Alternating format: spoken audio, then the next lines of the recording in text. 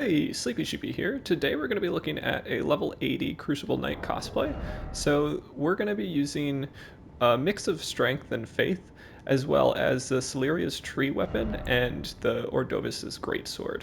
These weapons both get a B scaling in strength at this weapon level, so I went ahead and put as many points as I could into strength, and then also put points into faith just so I could reach the stat requirement for both of these weapons, which is 20. I also put 45 points into vigor, which is just a good health pool, and then 27 points into endurance, which allows us to carry our armor and talismans as well as our weapons that we're going to be using in the showcase. True to this cosplay, we're going to be wearing the full Crucible armor set. I went with the helm that has antlers on it. I think that kind of works with Siluria's tree a little bit better, but you can definitely use the axe helm as well. You'll also note that a lot of these invasions, I wasn't wearing this armor set. I did have something slightly different that was kind of a faith strength build, but then realized that, oh wait, no, these are both Crucible Knight weapons, so I should definitely be wearing that set. So the setup that I had in some of the invasions had slightly more poise, but it wasn't hitting a super important breakpoint or anything like that. So I went ahead and switched over to the Crucible Knight set just at the last minute there, and would recommend you wear that if you're going for both these weapons. As for the main talisman setup I'm going to be using, it's going to involve the Godfrey icon, which is going to boost our charged attacks, specifically Ashes of War. So both the Siluria's Tree and Ordovis Greatsword both have charged skills, which means that this will come into play if we fully charge either of their Ashes of War. Shard of Alexander to also boost Ashes of War, Erdtree's Flavor +2, just because we want to boost some extra HP, stamina, and equip load, and then Bulgo Talisman to raise our poise. I do sometimes switch up the Godfrey icon to the Spear Talisman, which is useful for the pokes that you can get from Siluria's Tree. And then, if you want, you could also take off Shard of Alexander and put on something like the Claw Talisman. That might be pretty nice. And those two can be kind of flexible, especially if you run out of FP, since some of these attacks are pretty FP intensive. As for our mixed physic, we'll be using the Faith Boosting tier as well as the Crimson Bubble tier. So the Faith Boosting tier is going to give us 10 more points to Faith, which is going to be useful for the Ashes of War we're using, and then the Crimson Bubble tier is going to restore HP when we're close to death. You could also use the Strength Knot tier if you prefer, but I found this to be a good setup. First, I want to talk about Siluria's Tree as a great weapon that did get a buff in 1.07. So we were seeing increased motion speed when it comes to the activation, as well as greater poise, and the projectile version of this, which comes out when it's fully charged, now can go through opponents, so it doesn't stop when it hits a player, which is really nice. You can hit multiple opponents at once. The moveset for the spear, I would say, is pretty solid. You have nice jumping light attacks, especially if you delay the attack a little bit. Pretty good running heavies. I find that's nice if somebody's rolling in a straight line, like down a hallway or something, and trying to get away from you.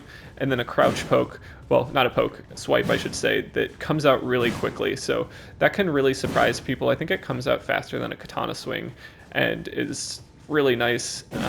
The running light is also pretty good, and just the regular light attack is great for roll catching. This spear has a ton of range to it, and we'll be taking advantage of that throughout the invasions.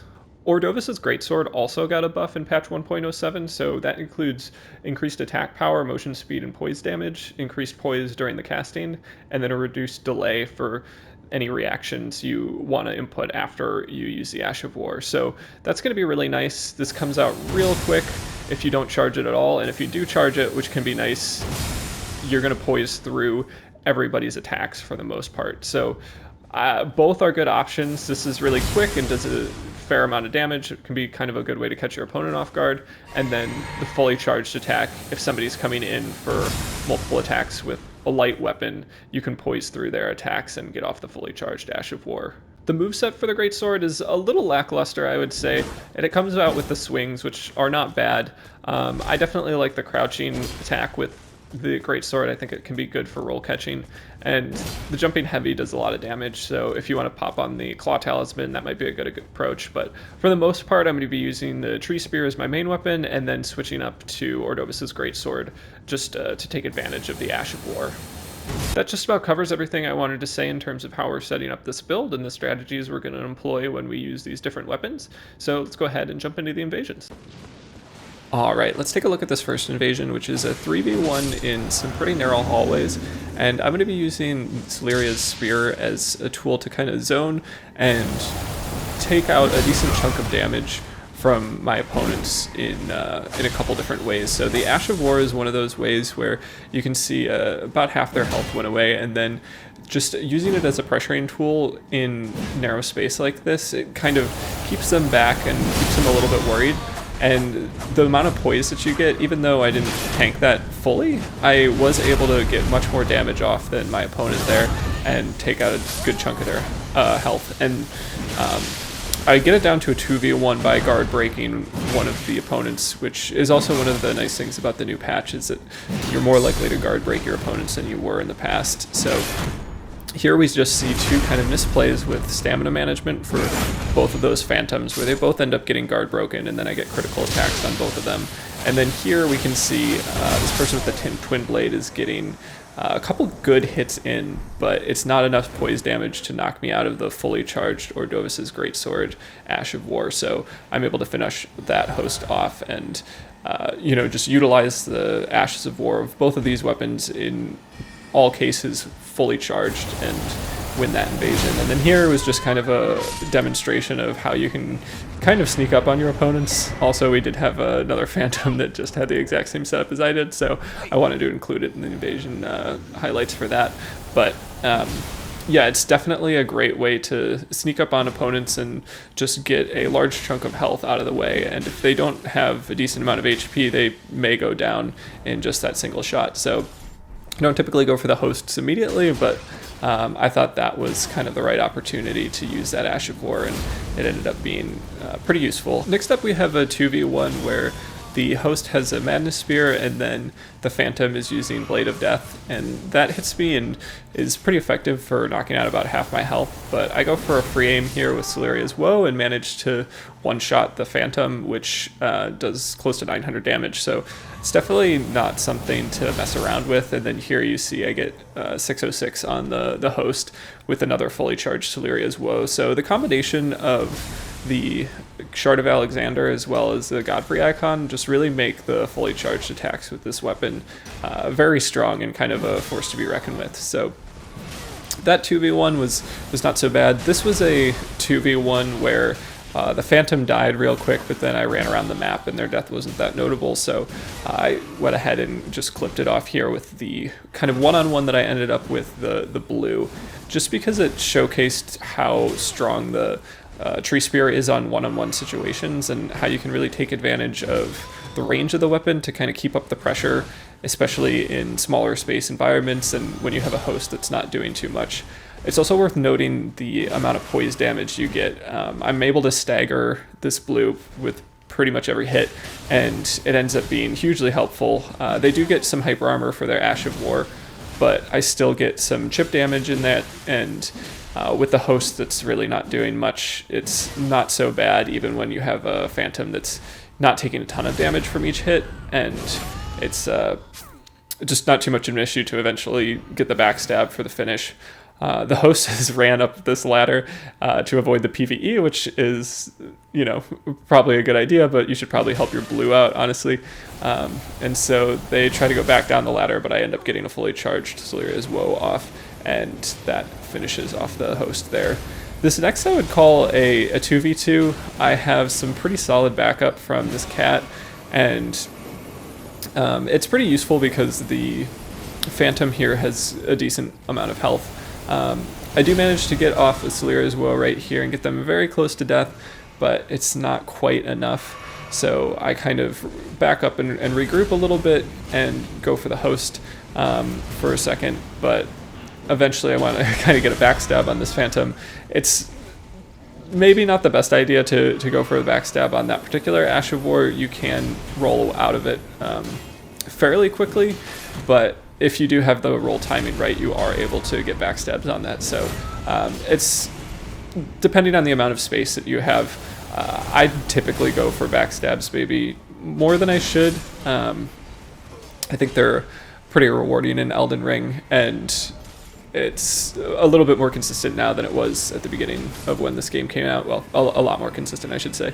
But I am able to kill the Phantom there and then switch over to Ordovis Greatsword, especially because this host is playing really close to me. So I'm able to get a fully charged off attack right there, and then I'm trying to get some more stamina damage. And there I am able to kind of time my roll right and get the backstab with the Eruption Ash of War. So definitely a way to attack that. The Greatsword moveset, I would say, in general, is prone to backstabs, especially the jumping attacks, and even more so if you have somebody with dual Greatswords. But I do get down to close to death for this host and try to land the Ash of War one more time, but don't quite manage to. I get a little bit of chip damage, but it's not enough. I then switch off my weapon and go for some kicks, which are not a bad idea if somebody's guarding a lot. It can kind of catch them off guard, pun intended, and you'll be able to get a quick crit in there. So this drags out maybe a little bit more than I'd like it to. If I've already gotten a backstab on the host, I'll usually try to finish them off a little bit more quickly at this point, but they do kind of mismanage their stamina at the end, and I'm able to get a guard break and crit attack there that does the rest of their health. Next we have an invasion that I thought was kind of instructive just for utilizing PvE as kind of a shield, especially if you're going to be using long Ashes of War like fully charged Siluria's Woe. So basically you can shoot your Ashes of War through the PvE, and so it works as both a visual and damage cover for you to stand behind it, but you're able to shoot through it. So that's just a tactic that I utilize when it's appropriate and when I can. Those big flowers are great because it's really hard for anybody to see around them.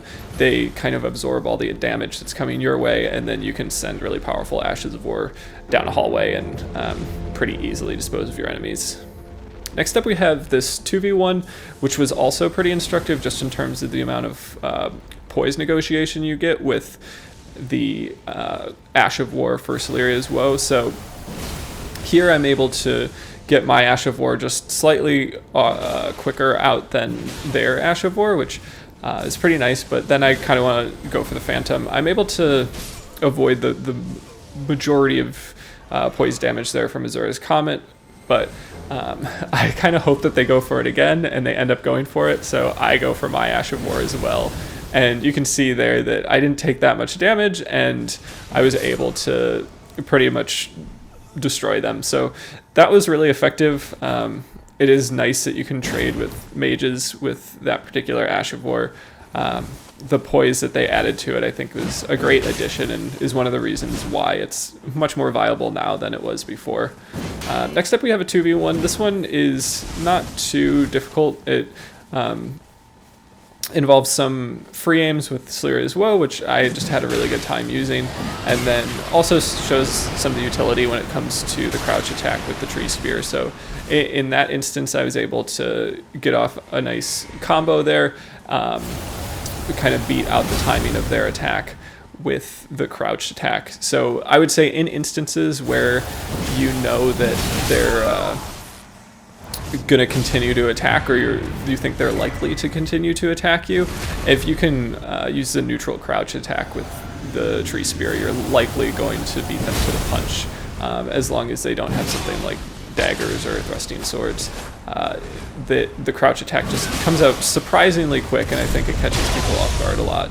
It also has a decent range, and because it's a sweep attack with a lot of poise damage, it's really nice for getting opponents kind of off your back, and like a nice turn and burn if you have 2 people or 3 people really close to you. The crouch attack can hit both of them, stun lock both of them, and just be really nice for kind of depressurizing the situation. This next one is a 3v1 where we have everybody going up the ladder. I'm able to land 2 Ashes of War, but can't quite get the angle, and I just take a minute here to kind of restore my FP, and I get a decent amount of chip damage on 2 of the phantoms, so that ends up being pretty solid, but I would have liked to have been able to turn it into a 2v2 in that situation.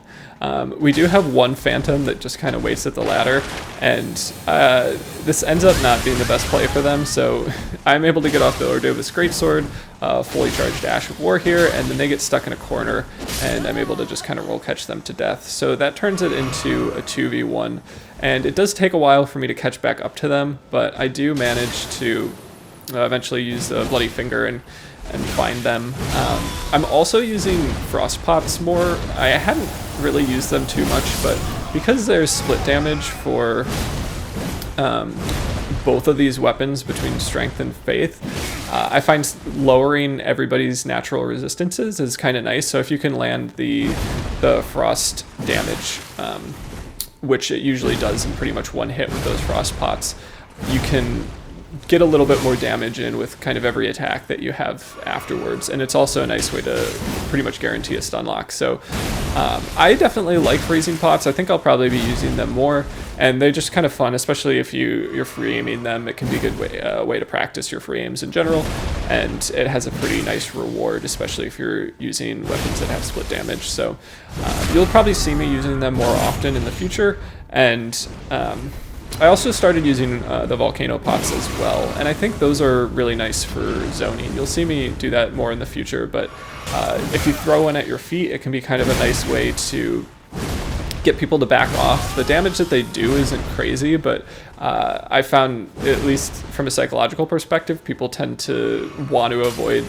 taking any damage, so they might end up giving you the opportunity to heal while you just kind of stand within the center of the volcano pot, or if you use it at the end of a hallway, it can be a nice way to just give yourself a little bit more time. So I think using consumables is going to be something you see more in the future from me. I kind of approached PvP from like a purist perspective, where I really wanted to get a firm understanding of the fundamentals in the game and not really rely too much on anything that was exceedingly gimmicky. And I would say free aiming is absolutely a skill, and it's not a gimmick, but I just wanted to make sure that my fundamentals for the game were really in check before I started relying on some of these more complicated setups or tools that can be a little bit I don't know, overpowered in some situations. Freezing pots are not one of those, I would say, but I'd rather kill my opponents with like skilled mechanics and just a better demonstration of timing and spacing than something like a excessive bleed build up through throwing a bunch of pots their way or something like that. So I think they're a great utility in the context of invasions, and I'm going to use them more, but they are something that you won't see in a lot of my previous invasions, and then, I guess you'll just see in future videos whether or not I end up kind of sticking to this idea that, I'm going to be using them more often. So that was kind of a long tangent there on just using consumables in general, but I feel like farming for stuff like freezing pots, it's not bad. And you can kind of build up a good inventory in a decent amount of time, or just have your friends like drop it or go over to some of the subreddits that allow you to find people who will drop stuff for you. So I would say where Elden Ring is at, it's not it's not unreasonable to have quite a bit of consumables. I would say with most things in the game, just try not to abuse things excessively, and no one's gonna really care at this point. So just kind of jumping into the invasions here. This was kind of a nice 3v1, I thought, where I'm able to continuously apply pressure with the tree spear here and take out both the phantom and the blue that was here. And then here I'm out of FP, which is always a bit of a bummer, but then the PvE managed to finish off the host there. So that one felt pretty good. The blue and the phantom together I was a little bit concerned about when they showed up, but they weren't able to kind of coordinate well enough, and I was able to just utilize the range of this tree spear and the ability to continue to apply pressure in like isolated situations and finish off pretty much everybody. Next up we have a 2v1 that I was kind of anticipating to be pretty easy. The beginning of it, I almost one-shot the Phantom, so they don't have a ton of health, but we're in kind of a odd space for this. There's a ledge that you can roll off of and die if you're not careful, so it's like a hallway, but slightly more complicated, I would say. And both of these opponents are using pokes pretty effectively. We have the Dynasty's Finesse Ash of War that one person is using, and that does give lead build-up. And so here I almost die from the Dragon Breath, even though I was like very close to finishing off the host. If you notice, I switched to some sort of daggers in my inventory there and tried to get a few of those out, but was unable because of the Dragon Breath.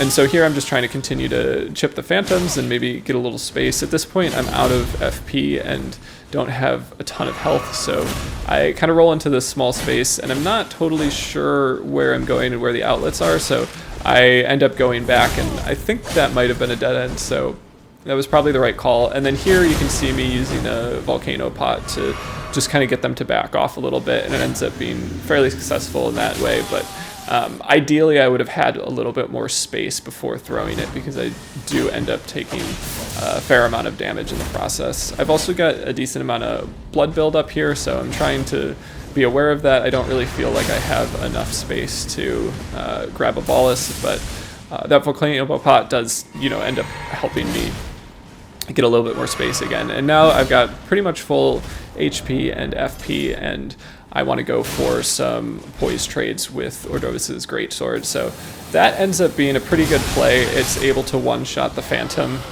who just kind of runs around me. I would say if you do see that Ash of War come out, roll away from it as fast as you can, essentially, because if they charge it, then you'll be in a good spot where you'll have enough time to get away, and if they don't, it's not going to do as much damage. So that's just my kind of advice if you're playing against it. It's something that does come out pretty quick, but I think not everybody expects you to go for something that's fully charged like that when you're so close. So I think that's a nice way to surprise people, is just go for the fully charged thing. You're going to be able to poise through most things unless you get status procced in some way. So which is kind of my recommendation there, but it doesn't always work out in your favor if you don't have enough health to tank some stuff, or if you are getting attacked by too many enemies, you're probably not going to outlast it. So it's a good tool, but definitely know when to use it. And then this next one is a 2v1 where these guys were definitely ganking. They had, well, I'm not sure if it's considered ganking. They were Taunter's Tonguing. When I showed up, there was a host that was there for like half a second, and between Beast's Roar and just kind of the continuous pressure from this Phantom, who does pull out the pocket sand, I definitely felt like I was pretty much on my back foot. I was able to get off a fully charged Ash of War there, but I do think that this Phantom was probably over-leveled. The fully charged Ash of War with all my talismans on did about 300 damage, so I was expecting a little bit more, and things end up kind of taking a turn here, where the high pressure of the thrusting swords mixed with the pretty high damage that I get when I get hit by the pocket sand is like chipping me pretty consistently, and I don't really have a good place to go. So I try to change up my tactics here and whip out the parry shield, which I think, I kind of use it as a last resort at this point, where I think if things aren't going your way, if you can land a couple parries, you may be able to reset the fight a little bit. So there you could see I did go for a crouch attack that ended up kind of hitting both people, stun locking them and giving me a little bit of space, but I'm continuously getting worn down here. So I do end up getting the double parry right here, which is really nice, and I am hopeful that I can kill the Phantom with it, but it's just not quite enough, and the host does a great job of continuing to apply pressure after I try to go for the chase down with the Phantom. I'm now Scarlet Rotted as well, and really don't feel like I have time to use a bolus, so I do get another parry here, only 700-ish damage, so that's not enough to kill the Phantom, and I may be out of heals at this point. I think I might be. So I try to hard swap over to the Dagger Talisman, fumble that a little bit, but another red does come in. And here I get another parry, and that ends up doing slightly more damage, not as much as I was hoping for, and then the Pocket Sand just finishes me off. So I did last longer than the new red that came in, if you continue to watch for just a second, but it was definitely one of the more demoralizing invasions where you get the double parry and then 2 more parries to follow, and it's just, it's not enough. So I just wanted to include that because I thought it was kind of fun, and it may be your experience in some of these invasions. You know, the setup is good, but it's not going to be able to resolve kind of all issues, especially if you've got kind of a duo that really know what they're doing and maybe have a over-leveled Phantom that is just not going to take a ton of damage. So this next one was a 2v1 where I was able to turn it into a 1v1 pretty quickly. The Phantom got one shot, and then it's just me and this player with Moonveil. I switch over to Ordovis Greatsword and go for some poise trades where I use the Ash of War, and that ends up being pretty effective again. I miss with the freezing pot, but I think that might have been helpful had I landed it. And then I switch back over to the Siluria's Spear, and I think that is a nice kind of way to counter katana use. It comes out pretty fast, especially if you're going for the crouch, and then it has better range than the katanas, so that's going to be useful. Katanas aren't going to be doing tons and tons of poise damage, and every time you hit the opponent with the Great Spear, you are going to be poise breaking them, so definitely nice there. And I think this invasion as well, we're going to see kind of the utility of the Great Spear class versus katanas. So think Stars of Ruin, but I am able to continue to apply pressure, and they switch over to Moonveil, which is also a little bit scary, especially when you're at like half health like I was, but I'm able to get a little bit of space, and then you can see the crouch swipe just being a little bit faster than the katana, and I'm able to get 2 good hits in and then land a jumping light attack there that finishes off the Phantom. And then once it's a one-on-one situation, I'm able to poise break my opponent again with the crouch swipe, and then I do believe I switch over to Ordovis Greatsword after kind of a whiff with the free-aimed Siluria's Woe, and that ends up doing quite a bit of damage in just a moment here. Yeah, they go for some light attacks, and it's just not a great trade for them, and then just kind of roll off a cliff. So that ends up being pretty successful. This next one was a 3v1 where I really wanted to employ all the different tactics associated with, you know, negotiating 3v1s with this particular setup. However, the opponents used some pretty powerful stuff in kind of a dangerous space, so I had to change up my playstyle. The attack there with the fireball is definitely one to be wary of. It can do a ton of damage. The Moonveil that kind of continuously comes my way is also pretty rough, and then there's Rivers of Blood to, you know, improve things as well. So things were pretty dire in this situation. I almost died, but then managed to get a little bit of space and get in a double heal, and I think, okay, my tactic of staying in this area is not really working, and I'm gonna hop down here and, you know, try to regroup, see if I can come up with a different plan. So here I try to free aim the Ash of War, but at certain angles I don't think it works so well. So if people are too high up, I think you're kind of limited in terms of the angles you can send that Ash of War. So I decide to switch things up here in just a second and pull out my Jar Cannon since they're kind of asking for it. I do a little taunting first to encourage them to come down, but they're not interested. And then they really don't appreciate the fact that I've pulled out a Jar Cannon. Somebody pulls out a Great Bow, which was a good counter to this situation, but the Jar Cannon is just a little bit faster, and I'm able to kill one finger there. And then we do have kind of the poor decision making come into play here, where the other 2 people start coming down this pretty precarious area, and I managed to kill one Phantom with the Jar Cannon, and then the third comes down. So it was a success. As always, if you made it this far, I just wanted to say thanks so much for watching. I really appreciate everybody's support, everybody adding to watch time. We've seen a bunch of new subscribers recently, and that's really awesome. That's been helping the channel grow, and I'm going to be trying to put content out more frequently. So if you do have suggestions, definitely let me know what they are. And yeah, I hope you have a good one.